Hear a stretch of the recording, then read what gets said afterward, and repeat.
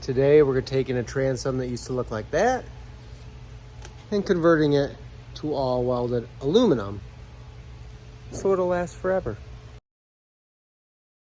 Hey, it's Tom from Toons here. It's cold in here. It's December and the heater's been out for basically all week. What I'm tackling today, this wooden piece came out of this transom. It's all rotten.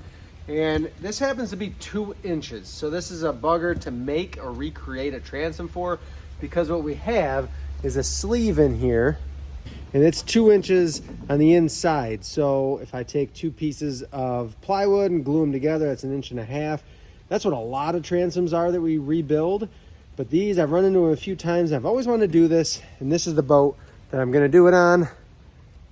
I'm gonna weld in some 2x4 1/4 inch walled. It's way overkill, but better safe than sorry. I'm gonna weld that in here and make that the transom so that it's aluminum, never going anywhere, never gonna rot again, so we can hang the new 60 horse 4-stroke on here and be done, one and done with that.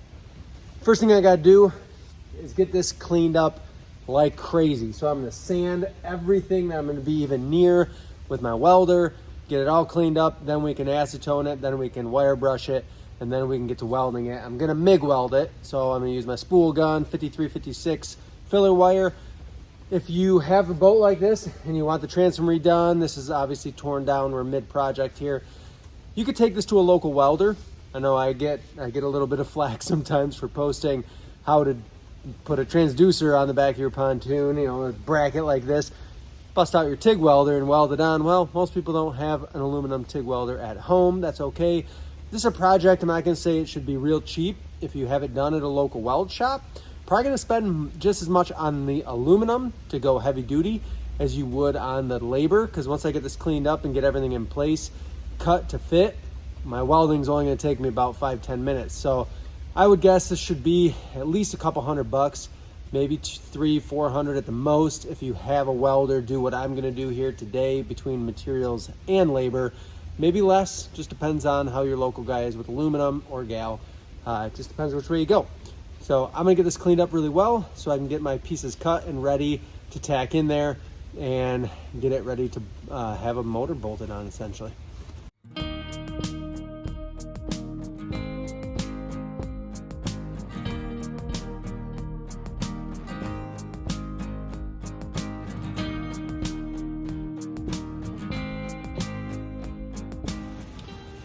Aluminum is all cleaned, prepped, sanded, acetone, wire wheeled with a stainless wire brush. This is a 1991 boat.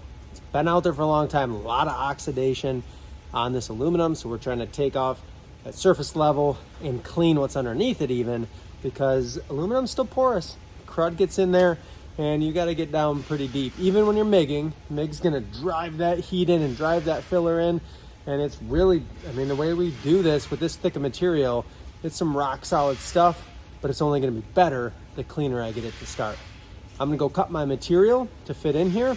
And from the factory, this was not exactly 20 inches, which is really common, especially in the older boats, these transom pods or transoms. This one was actually only about like 17 inches tall.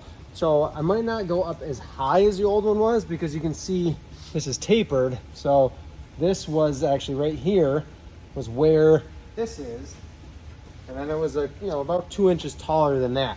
So mine might be a hair shorter. It's not going to hurt anything. This isn't a high performance boat anyhow, and we can always lift the motor up a bolt hole or two rather than having it sitting right on the transom. Something that's really important to remember, the way that I'm going to build this is going to be just a piece of tube across the top and a piece of tube lower for the motor to bolt in, and then like I said, I'll gusset that down the middle right down to the bottom of the transom. Your bolt pattern on a motor, let's go look at this motor real quick over here.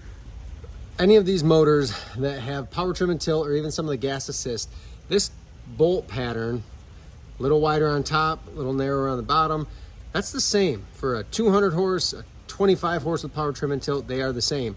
So this is gonna be an 8-inch center. So what I need to do is make sure that my tube, when I weld it in there, going across, is on 8-inch centers. I measured about 645 times to get that bottom in place. Center of that will be 8 inches from the center of the top one. And I've cleaned my new material, get that oxidation off, as well as the old material, obviously. We talked about that. So on my machine, I'm running on 220, and I'm just under full power. These are gonna be hot, fairly quick welds. I'm gonna try to lay in a nice puddle and just gluing this baby all together. You could, I suppose, at home, bolt this through, but we're gonna try to make it like a little more factory, a little more finished, and not have to worry about any hardware in the future or anything like that. So what you're gonna see me do first, I'm gonna get this hot, I'm gonna hit my torch, get it tacked on each side, couple spots, top and bottom, and then you're gonna see me rip into it and burn some hot puddles and glue this thing together.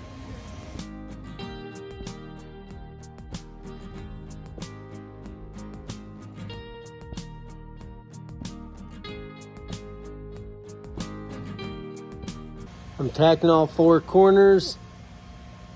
Basically, it's kind of just a big fillet weld with how thick this is. You know, we're going 3/16 to 1/4 inch. I'm just gonna do a nice, just little whip stop puddles, and just like I would on a fillet weld, that's how I'm gonna approach this.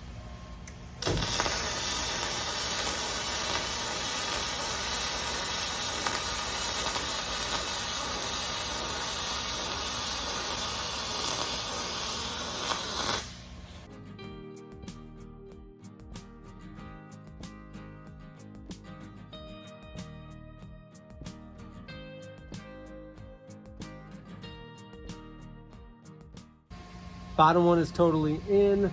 I've got this all measured back up nice and square. So I'm gonna go ahead and get my tacks in, and then I'll clean everything again. Then I'll full weld that top in.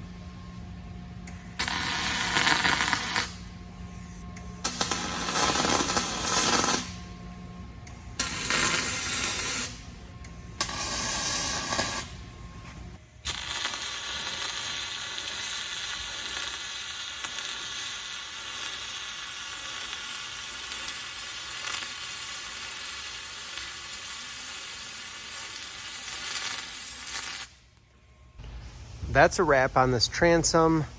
Essentially, MIG welded in all of our tube. This is super heavy duty, you can see it. I'll probably go in and just seal that up, put a little end cap on there. But the water can drain if water gets in there, so not a bad thing. And we just welded everything in where the wood was. And then on the front side, I added a couple gussets in the corner. Honestly, overkill. Because if you remember, the wood from that transom was sticking up at least as high, if not higher, than where we are now. We beefed it up, added in some extra support, got in some good hot welds, basically as hot as my machine can go, and now it's not going anywhere. All we gotta do now is drill the holes and remount the motor, but that's totally an option on your pontoon boat. If you're tired of the old wood or worried about it rotting out, this is how the new boats are being made. All aluminum. They might put a cover sheet on there, but this is gonna let us bolt up no problem.